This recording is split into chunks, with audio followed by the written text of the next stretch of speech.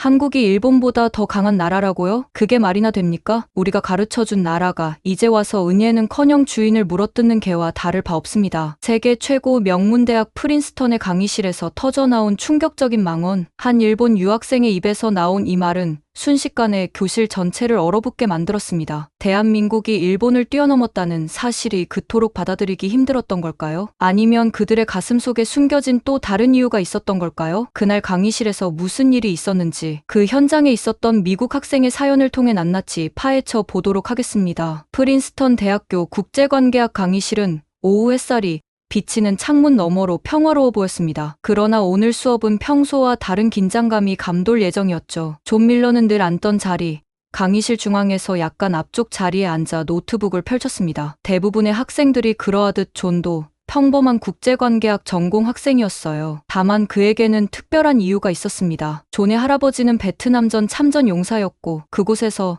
함께 싸웠던 한국군에 대한 이야기를 자주 들려주셨죠. 한국 군인들은 달랐다. 규율, 의지력, 그리고 그들의 눈빛만으로도 적들은 공포에 떨었지. 할아버지의 말씀은 어린 존의 뇌리에 깊이 박혔습니다. 그래서 대학에 와서도 자연스럽게 한국에 관심을 갖게 되었어요. 교실 뒤편에서는 일본 유학생 그룹이 조용히 앉아 있었습니다. 그 중에서도 타케시 오노는 항상 눈에 띄었어요. 날카로운 턱선과 깊은 눈매를 가진 그는 국제관계학 수업에서 유독 한국 관련 주제가 나올 때마다 불편한 기색을 감추지 못했죠. 오늘도 예외는 아니었습니다. 그의 표정은 평소보다 더 경직되어 있었어요. 여러분, 오늘은 흥미로운 주제로 시작해볼까 합니다. 윌리엄스 교수가 프로젝터를 켜며 말했습니다. 교수의 목소리에는 항상 묘한 긴장감이 있었어요. 특히 논쟁의 여지가 있는 주제를 다룰 때는 더했죠. 한국과 일본의 군사력 비교, 그리고 최근 변화하는 동아시아, 군사 균형에 대해 알아보겠습니다. 스크린에는 글로벌 파이어파워 인덱스라는 세계 군사력 순위표가 나타났어요. 저는 그 순위표를 보고 눈을 크게 떴습니다. 한국이 일본보다 상위에 있었거든요. 최신 자료에 따르면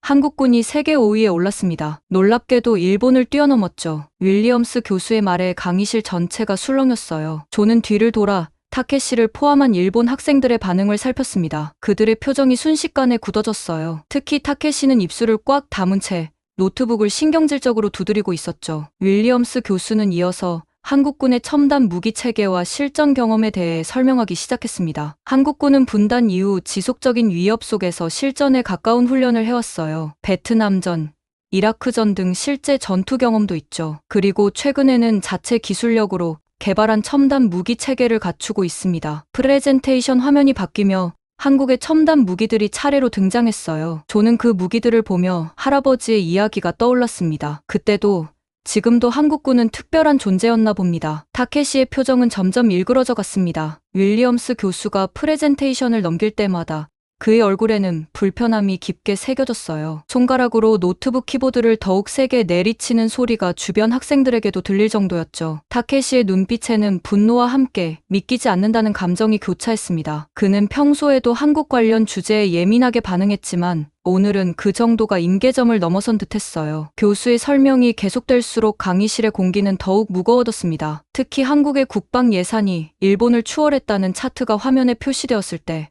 타케시는 더 이상 참지 못하고 손을 번쩍 들었어요. 그의 손등 위로 푸른 혈관이 도드라질 정도로 주먹을 꽉 쥐고 있었습니다. 질문 있습니까? 타케시 군. 윌리엄스 교수가 프레젠테이션을 잠시 멈추고 물었죠. 타케시는 의자에서 천천히 일어났습니다. 그의 목소리에는 숨기지 못하는 격앙된 감정이 묻어 있었어요. 교수님, 정말 한국이 군사 강국이라고 생각하시나요? 그저 미군의 보호 아래 있을 뿐인 나라 아닙니까? 타케시의 말이 끝나자마자 강의실 전체가 얼어붙었습니다. 존을 포함한 대부분의 학생들은 갑작스러운 도발적 질문에 당황한 표정을 지었어요. 몇몇 학생들은 불편한 듯 자리에서 미세하게 움직였고 일부는 서로 눈빛을 교환했습니다. 그 순간 강의실에는 숨소리조차 들리지 않을 정도로 정적이 흘렀어요. 윌리엄스 교수의 얼굴에서 미소가 사라졌습니다. 그는 안경을 조금 올리며 잠시 침묵했어요. 그리고는 리모컨을 들어 다음 슬라이드로 넘겼습니다. 화면에는 객관적인 데이터와 그래프가 가득했죠. 좋은 질문입니다.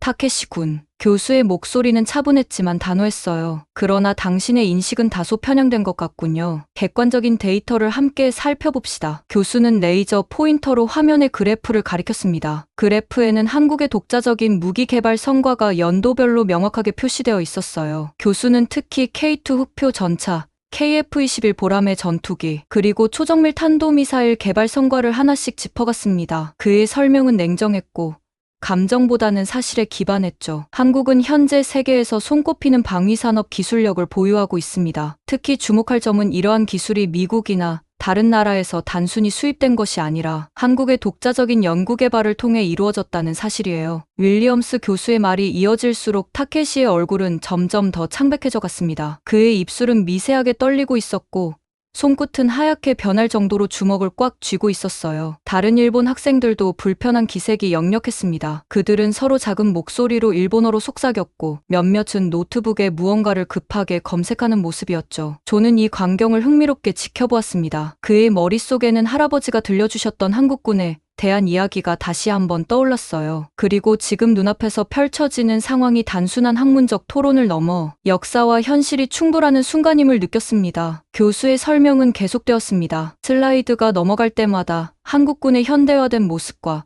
독자적 기술력이 점점 더 선명하게 드러났어요. 저는 교수의 말 한마디도 놓치지 않으려 집중했습니다. 그의 노트북 화면에는 빠르게 타이핑된 필기가 가득했죠. 특히 한국의 방위산업 수출 실적이 일본을 크게 앞지른다는 그래프가 나왔을 때 저는 놀라움을 감추지 못했어요. 한국은 현재 세계 8번째 무기 수출국입니다. 이는 10년 전만 해도 상상하기 어려웠던 변화죠. 윌리엄스 교수의 말에 강의실 전체가 다시 한번 술렁였습니다. 타케시의 표정은 점점 더 굳어져 갔어요. 그의 얼굴에는 이제 분노를 넘어선 당혹감이 깃들기 시작했습니다. 손가락으로 노트북에 뭔가를 검색하면서도 그의 눈은 화면에서 떨어지지 않았어요. 마치 저 통계가 틀렸다는 증거라도 찾으려는 듯 필사적이었죠. 교수는 이제 한국군의 첨단 무기들을 하나씩 자세히 설명하기 시작했습니다. K2 흑표 전차의 성능이 미국의 에이브람스나 독일의 레오파르트와 견줄 만하다는 설명, KF-21 보람의 전투기가 자체 개발된 스텔스 기술을 적용했다는 내용, 그리고 한국의 초정밀 유도 미사일이 지중해에서도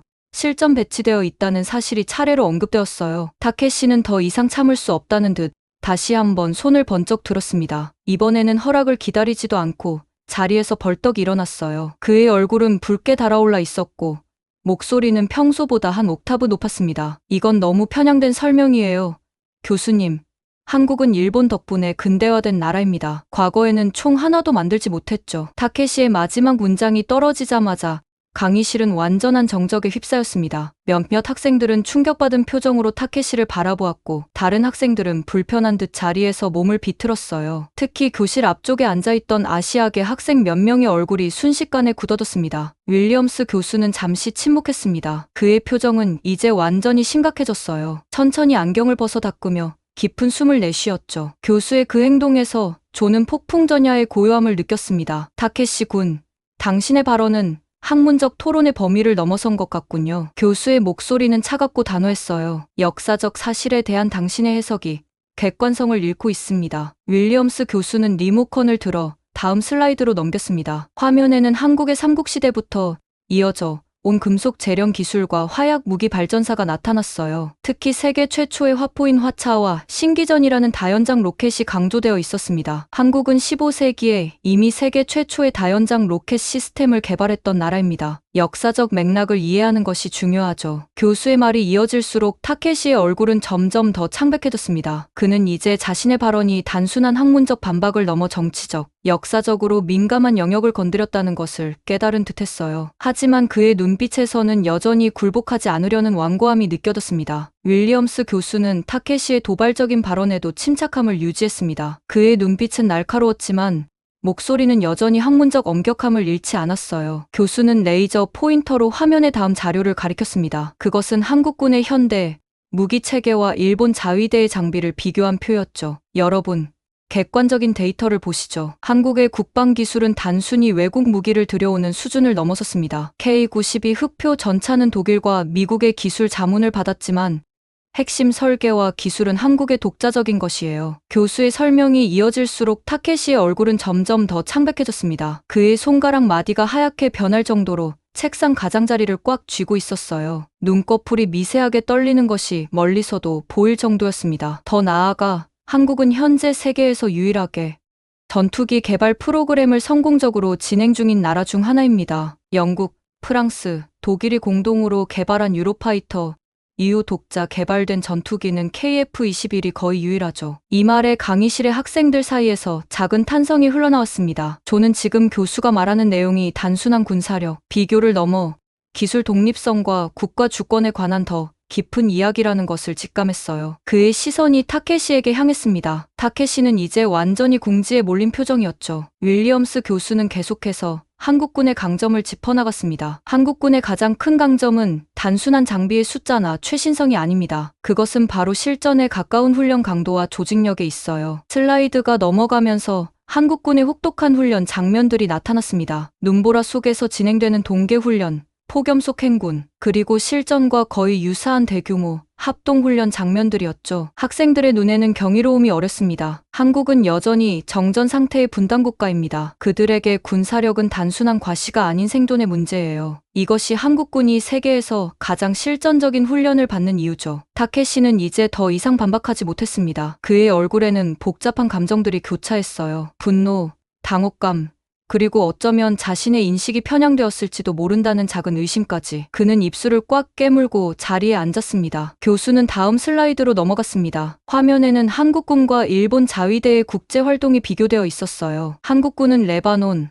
아프가니스탄, 이라크 등 전 세계 분쟁 지역에서 평화유지군으로 활동한 기록이 자세히 나와 있었습니다. 한국군은 실전 경험을 통해 전투력을 검증받았습니다. 베트남전에서는 미군 다음으로 큰 규모의 외국군으로 참전했고, 최근에는 아덴만에서 해적 소탕 작전을 성공적으로 수행했죠. 이런 경험은 무기 숫자만으로는 측정할 수 없는 귀중한 자산입니다. 강의실의 공기는 점점 더 무거워졌습니다. 타케시의 주변에 앉은 일본 학생들도 이제는 더 이상 그를 지지하는 기색을 보이지 않았어요. 오히려 약간 거리를 두는 듯한 모습이었죠. 학문적 토론이 국가적 자존심 싸움으로 변질되는 것을 원치 않는다는 듯한 표정들이었습니다. 타케시는 마지막 힘을 모으듯 다시 한번 손을 들었습니다. 그의 목소리는 이전보다 더 격앙되어 있었어요. 손끝이 미세하게 떨리는 것이 앞자리에 앉은 학생들에게도 보였습니다. 타케시의 이마에는 작은 땀방울이 맺혔고 그의 호흡은 평소보다 빨라져 있었죠. 교수님, 그래도 일본은 경제 규모나 기술력에서 한국보다 앞서 있습니다. 군사력만으로 국가의 힘을 평가할 수는 없지 않습니까? 타케시의 목소리에는 절박함이 묻어났어요. 마치 마지막 동아줄이라도 붙잡으려는 듯한 심정이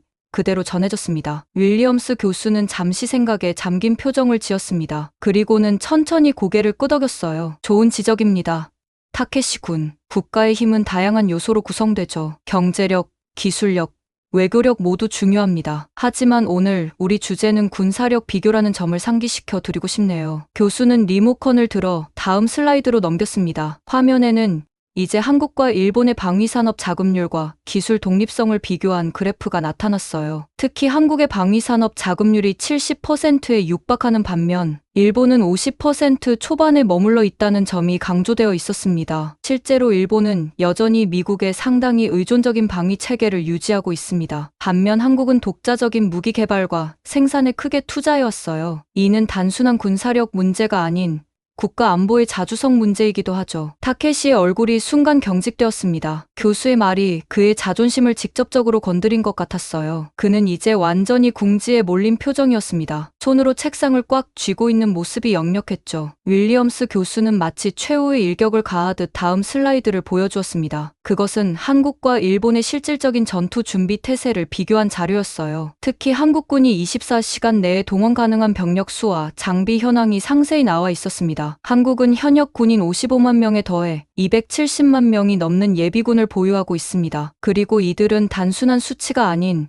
정기적인 훈련을 통해 실전 능력을 유지하고 있는 전력이에요. 슬라이드에는 한국의 예비군 훈련 제도가 자세히 설명되어 있었습니다. 40살을 넘긴 남성들도 여전히 유사시 즉각 전투에 투입될 수 있는 태세를 유지하고 있다는 내용이었어요. 심지어 60살까지도 국가 비상시에는 동원 대상이 된다는 내용에 강의실 전체가 놀란 표정을 지었습니다. 이것은 한국이 가진 눈에 보이지 않는 군사력입니다. 단순한 현역 병력과 장비 숫자를 넘어선 전 국민적 방위 의식과 체계죠. 타케시의 얼굴이 점점 창백해졌습니다. 그의 입술이 미세하게 떨리는 것이 보였어요. 더 이상 반박할 말을 찾지 못하는 듯 했습니다. 그는 이제 자신의 인식이 얼마나 편향되어 있었는지 조금씩 깨닫기 시작한 것 같았어요. 윌리엄스 교수는 타케시를 똑바로 바라보며 말했습니다. 타케시 군, 당신의 인식은 편견에 가까워요. 학문의 세계에서 우리는 항상 객관적 사실을 바탕으로 토론해야 합니다. 감정이나 국가적 자존심이 판단을 흐리게 해서는 안 되죠. 이 말을 들은 타케시의 표정이 굳어졌습니다. 그의 눈에서는 분노와 당혹감,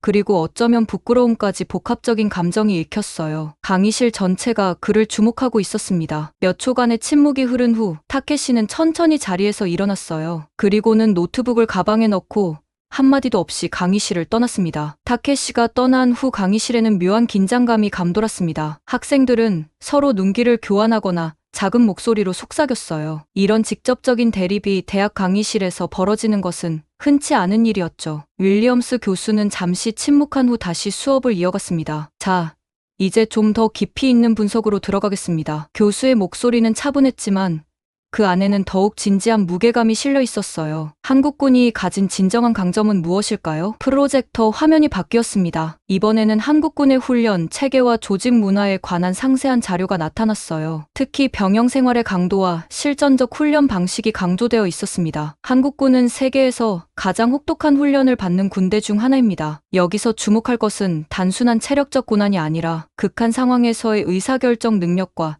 팀워크를 중점적으로 훈련한다는 점이에요. 조는 할아버지가 들려주셨던 베트남전 이야기를 떠올렸습니다. 할아버지는 한국 병사들이 어떻게 극한의 정글 환경에서도 완벽한 규율과 전투력을 유지했는지 자주 말씀하셨어요. 그때 들었던 이야기가 지금 교수의 설명과 정확히 일치했습니다. 더 나아가 한국은 세계 유일의 분단 국가로서 언제든 실전에 돌입할 수 있는 준비 태세를 유지하고 있습니다. 이것은 단순한 군사 교리가 아닌 국가 생존의 문제이기 때문이죠. 윌리엄스 교수는 이제 한국군과 일본 자위대의 작전 경험을 비교하기 시작했습니다. 화면에는 두 국가의 해외 파병 이력과 실전 경험이 연도별로 정리되어 있었어요. 한국군은 베트남전에서 미군 다음으로 큰 규모의 외국군으로 참전했습니다. 이라크, 아프가니스탄, 레바논 등 여러 분쟁 지역에서도 활약했고요. 특히 청해부대의 아덴만 여명 작전은 해군 특수부대의 능력을 세계에 알린 사례죠. 교수의 설명에 강의실 학생들의 눈빛이 달라졌습니다. 그들은 이제 단순한 호기심을 넘어 진지한 학문적 관심으로 이 주제에 빠져들고 있었어요. 몇몇 학생들은 노트북에 교수의 말을 빠르게 타이핑하기 시작했습니다. 일본의 경우 평화헌법으로 인해 자위대의 해외 활동이 매우 제한적이었습니다. 이라크 재건 지원이나 소말리아 해적 퇴치 작전 등에 참여했지만 그 역할은 주로 후방 지원이나 비전투적 임무에 국한되었죠. 윌리엄스 교수는 레이저 포인터로 다음 차트를 가리켰습니다. 그것은 한국과 일본의 방위산업 성장률을 비교한 그래프였어요. 한국의 그래프 선이 가파르게 상승하는 반면 일본은 완만한 상승세를 보이고 있었습니다. 한국은 지난 20년간 방위산업에 집중적으로 투자해왔습니다. 특히 주목할 점은 단순한 모방이나 라이센스 생산을 넘어 독자적인 기술 개발에 성공했다는 사실이에요. 교수는 이제 한국이 개발한 첨단 무기 시스템의 수출 현황을 보여주었습니다. K9 자주포가 이집트, 폴란드, 호주 등에 수출된 사례, KF-21 보람의 전투기의 수출 가능성, 그리고 한국 잠수함과 구축함의 해외 진출 현황이 상세히 나열되어 있었어요. 한국은 이제 세계 무기 시장에서 중요한 플레이어로 자리매김했습니다. 특히 가격 대비 성능 측면에서 경쟁력을 인정받고 있죠. 윌리엄스 교수는 마지막으로 가장 중요한 슬라이드를 보여주었습니다. 그것은 한국과 일본의 국방 자주성을 비교한 자료였어요. 이것이 오늘 수업의 핵심입니다. 일본은 여전히 미군에 크게 의존하는 방위 체계를 유지하고 있습니다. 반면 한국은 독자적인 전투 능력과 방위 산업을 갖추고 있죠. 이것은 단순한 군사력 순위를 넘어선 국가 안보의 질적 차이를 보여주는 지표입니다. 강의가 끝나갈 무렵 윌리엄스 교수는 현대 군사 지형에서 한국이 갖는 전략적 위치에 대한 설명을 이어갔습니다. 강의실 안의 공기는 무겁지만 지적 호기심으로 가득 차 있었어요. 타케시가 떠난 빈자리가 유독 눈에 띄었지만 수업은 더욱 심도 있게 진행되고 있었습니다. 여러분, 국제 안보 환경에서 한국이 차지하는 위치를 이해하기 위해서는 또 다른 측면을 살펴봐야 합니다. 바로 예비 전력입니다. 윌리엄스 교수의 목소리는 차분했지만 강의실 전체에 울려 퍼졌어요. 새로운 슬라이드가 화면에 나타났습니다. 한국의 예비군 체계를 상세히 보여주는 도표였어요. 특히 나이대별 동원 체계와 훈련 현황이 자세히 정리되어 있었습니다. 한국은 세계에서 가장 강력한 예비군 체계를 갖추고 있습니다. 현역을 마친 남성은 40살까지 1년에 새 7일 이상의 실전적 예비군 훈련을 받아요. 이들은 유사시 24시간 내에 전투력으로 전환될 수 있습니다. 교수의 설명이 이어질수록 학생들의 눈에는 놀라움이 깃들었습니다. 특히 미국 학생들은 한국의 국방 체계가 자신들의 상상을 훨씬 뛰어넘는다는 사실에 경이로움을 감추지 못했어요. 더 놀라운 점은 예비군 훈련의 질입니다. 이것은 단순한 형식적 소집이 아닌 실제 전투 상황을 가정한 고강도 훈련이에요. 40대의 한국 남성들이 전투복을 입고 진흙 속을 기어가며 실전 훈련을 하는 모습을 상상해 보세요. 교수가 보여준 다음 영상은 한국의 민방위 훈련 장면이었습니다. 도시 전체가 일시에 멈추고 모든 시민들이 대피소로 이동하는 모습이었어요. 그리고 예비군들이 도심 한복판에서 실시하는 대테러 훈련 장면까지. 이런 모습은 다른 어떤 선진국에서도 찾아보기 힘든 광경이었습니다. 이것이 바로 한국이 가진 눈에 보이지 않는 군사력입니다. 국가 전체가 언제든 전시 체제로 전환될 수 있는 준비가 되어 있다는 것이죠. 윌리엄스 교수는 잠시 침묵한 후 오늘 강의의 핵심을 정리하기 시작했습니다. 그의 목소리에는 학문적 엄격함과 함께 진지함이 묻어났어요. 결론적으로 한국군의 진정한 강점은 첨단 무기 체계만이 아닙니다. 그것은 전 국가적인 안보 의식과 체계, 그리고 실전 경험에서 나오는 것이죠. 이러한 요소들이 한국을 세계 5위의 군사 강국으로 만든 근본적인 이유입니다. 교수는 마지막 슬라이드를 보여주었습니다. 그것은 이스라엘 군사 전문가의 인용문이었어요. 만약 전쟁이 발발한다면 세상은 한국군의 진정한 능력에 놀라게 될 것이다. 강의가 끝나고 학생들이 하나둘 강의실을 빠져나가기 시작했습니다. 그러나 조는 여전히 자리에 앉아 노트북에 무언가를 정리하고 있었어요. 그의 머릿속은 오늘 배운 내용과 할아버지의 이야기가 교차하며 복잡한 생각으로 가득 찼습니다. 타케시는 여전히 돌아오지 않았습니다. 그의 자리는 텅 비어 있었고 다른 일본 학생들도 서둘러 강의실을 빠져나갔어요. 그들의 표정에는 복잡한 감정이 어려 있었습니다. 자국에 대한 자부심과 오늘 접한 사실 사이의 괴리감이 만들어낸 당혹감이었을까요? 윌리엄스 교수는 강단에서 자료를 정리하며 존을 향해 미소 지었습니다. 오늘 수업이 유익했기를 바랍니다. 밀러 군. 존은 고개를 끄덕였습니다. 네, 교수님. 많은 생각을 하게 되는 수업이었습니다. 존은 마지막으로 노트북을 덮기 전 할아버지에게 오늘 배운 내용을 공유하기 위해 간단한 이메일을 작성했어요. 할아버지, 오늘 한국군에 대해 배웠습니다. 할아버지께서 왜 그들을 그토록 존경하셨는지 이제 조금은 이해가 됩니다. 존의 눈에는 새로운 깨달음의 빛이 어렸습니다. 오늘의 수업은 단순한 군사력 비교를 넘어 역사와 현실, 그리고 국가의 정체성에 대한 깊은 통찰을 주는 시간이었어요. 그리고 무엇보다 할아버지의 이야기가 단순한 노병의 회상이 아닌 객관적 사실에 기반한 경험이었다는 것을 확인하는 소중한 시간이었습니다. 강의실을 나선 존은 캠퍼스 잔디밭에 홀로 앉았습니다. 늦가을의 차가운 바람이 얼굴을 스쳤지만 그의 머릿속은 오늘 강의에서 받은 깨달음으로 뜨거웠어요. 노트북을 무릎 위에 올려놓고 오늘 필기한 내용을 다시 한번 특히 한국군의 실전 경험과 예비 전력에 관한 부분에 밑줄을 그으며 깊이 생각에 잠겼어요. 존의 할아버지는 베트남전에서 한국군 청룡부대와 함께 작전을 수행한 경험이 있었습니다. 어린 시절 존에게 들려주신 이야기 중에는 항상 한국 병사들에 대한 존경심이 묻어 있었어요. 그들은 절대 물러서지 않았다. 가장 위험한 지역에서도 완벽한 규율과 용기를 보여주었지. 할아버지의 목소리가 귓가에 생생하게 울려 퍼졌습니다. 오늘 강의를 들으며 존은 할아버지의 말씀이 단순한 개인적 인상이 아닌 한국군의 본질적 특성에 관한 정확한 관찰이었음을 깨달았어요. 교수가 설명한 한국군의 강점은 할아버지가 50년 전에 목격한 그 모습과 정확히 일치했습니다. 잔디밭 반대편에서는 타케시의 모습이 보였습니다. 그는 벤치에 홀로 앉아 생각에 잠겨 있었어요. 그의 표정은 여전히 굳어 있었지만 이전의 분노보다는 복잡한 고민이 깃든 것 같았습니다. 아마도 오늘 강의에서 접한 사실들이 그의 기존 인식과 충돌하며 내적 갈등을 일으키고 있는 듯했어요. 존은 문득 타케시에게 다가가 대화를 나누고 싶은 충동을 느꼈습니다. 학문적 토론은 때로 감정적 대립으로 번질 수 있지만 결국은 서로의 이해를 넓히는 과정이라고 생각했어요. 하지만 타케시의 굳은 표정을 보니 지금은 적절한 때가 아닌 것 같았습니다. 그는 자신의 생각과 감정을 정리할 시간이 필요해 보였어요. 대신 존은 노트북을 열고 할아버지에게 이메일을 작성하기 시작했습니다. 오늘 배운 내용과 함께 할아버지의 이야기가 얼마나 소중한 역사적 증언이었는지 전하고 싶었어요. 또한 베트남에서의 경험에 대해 더 자세히 물어보고 싶었습니다. 할아버지, 오늘 국제관계학 수업에서 한국군에 대해 배웠습니다. 할아버지께서 말씀해주신 한국 병사들의 모습이 단순한 개인적 경험이 아닌 그들의 군사적 전통과 깊이 연결되어 있다는 것을 알게 되었어요. 교수님에 따르면 한국군은 현재 세계 5위의 군사력을 가진 강국이라고 합니다. 이메일을 작성하는 동안 존의 머릿속에는 오늘 배운 내용이 정리되기 시작했습니다. 한국의 군사력은 단순한 무기 숫자나 국방 예산의 크기를 넘어선 무언가가 있었어요. 그것은 국가의 역사적 경험과 생존을 위한 절박함, 그리고 전 국민적인 안보 의식이 만들어낸 독특한 군사 문화였습니다. 이제 존은 할아버지가 왜 그토록 한국군을 높이 평가했는지 진정으로 이해할 수 있었어요. 그것은 단순한 전투 능력을 넘어선 국가의 정체성과 의지가 반영된 군대였기 때문이었습니다. 전쟁의 참혹함을 겪은 국가가 평화를 지키기 위해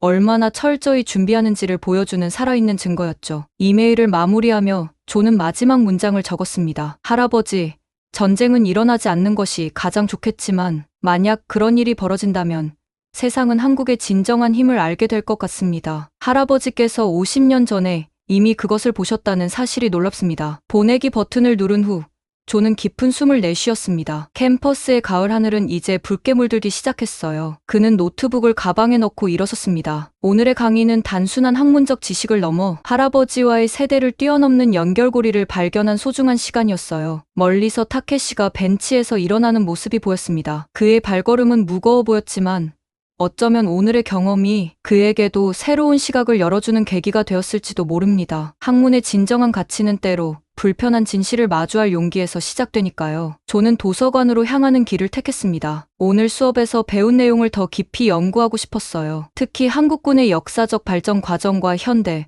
군사 전략에 대해 더 알고 싶었습니다. 이것은 단순한 과제를 넘어 할아버지의 경험과 현대 국제 관계를 잇는 개인적인 탐구가 될 것이었어요. 가을 해가 서서히 지는 캠퍼스에 새로운 지식과 이해를 향한 존의 발걸음 소리만이 울려 퍼졌습니다. 오늘의 수업은 끝났지만 진정한 학습은 이제 막 시작되었을 뿐이었죠.